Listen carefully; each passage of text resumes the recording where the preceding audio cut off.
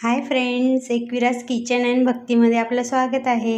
चला तर उद्या संक्रांत आहे, काहीतरी गोड गोड करूया. आपण या ठिकाणी करणार आहोत तीळ आणि गुळाची बर्फी, काहीतरी नवीन.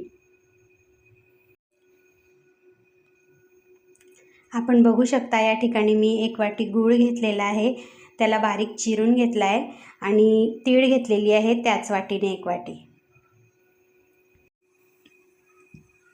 आपण आता या ठिकाणी तीळ भाजून घेणार आहोत.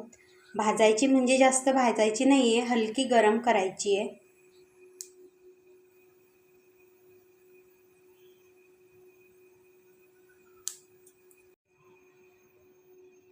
दुसरीकडे आपलं चॉकलेट सिरप रेडी होत आहे. यात मी 2 चमचे साखर टाकली आहे, 2 चमचे कोको पावडर टाकलेली आहे आणि थोडंसं पाणी टाकलं आहे 1 कप.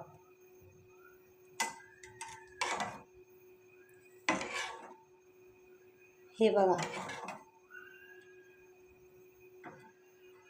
अगदी 5 मिनिटात बनून रेडी होतं.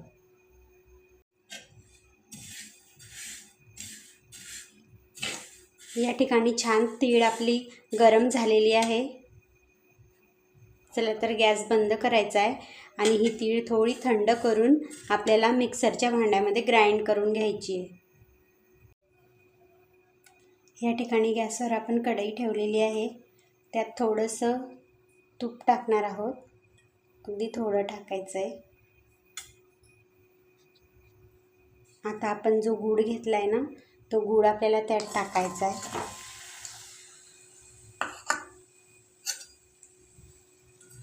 आता हलवून घ्यायचं आहे.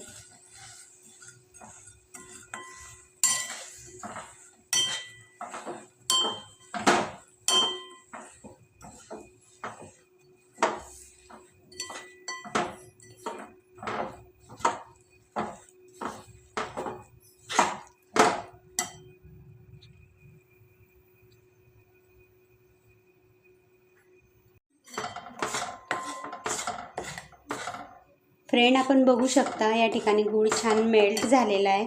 आता आपण जी तीळ बारीक करून घेतली होती ना, ती तीळ आपल्याला यात टाकायची आहे आणि छान हलवून घ्यायचं आहे पुन्हा एकदा.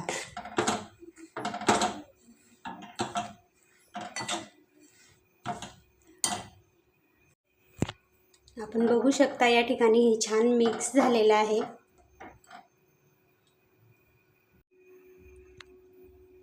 या ठिकाणी मी एक प्लेट घेतलेली आहे, त्याला आता छान आपल्याला तूप लावून घ्यायचं आहे असं, जेणेकरून आपली बर्फी खाली चिटकणार नाही. आता आपण जे मिक्स केलं होतं कढईमध्ये, ते आपल्याला ह्या ताटात टाकून घ्यायचं आहे. एकदम फास्ट करायचं आहे.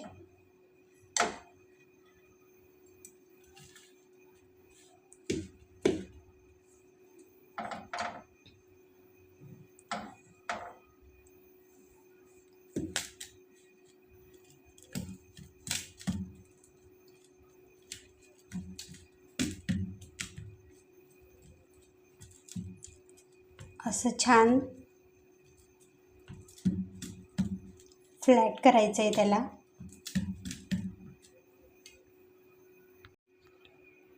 बघा किती छान दाबून आपण हे फ्लॅट असं करून घेतलेलं आहे.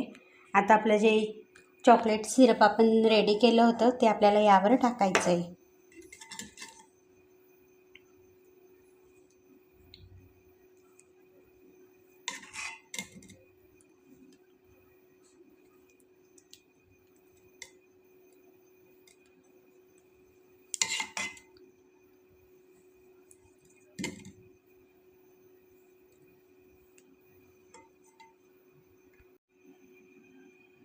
आपण बघू शकता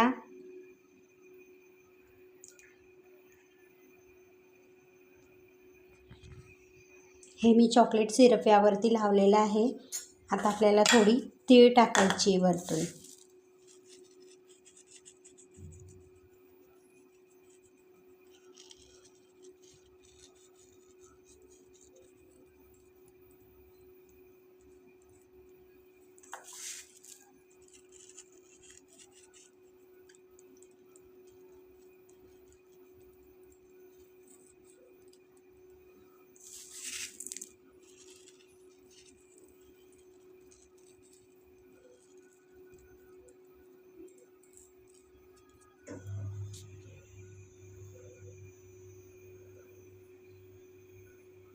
बघा किती छान दिसतंय। आता हे आपल्याला 30 मिनिटासाठी फ्रीजमध्ये ठेवायचं आहे आणि थंड झाल्यावर याची बर्फीचे काप करून घ्यायचे। बघा फ्रेंड, किती छान झालेलं आहे। वरतून मी यावर तीळ टाकलेली आहे। आता हे आपल्याला 30 मिनिटासाठी फ्रीजमध्ये ठेवायचं आहे। नंतर आपल्याला छान शेप देऊन बर्फी करून घ्यायची आहे।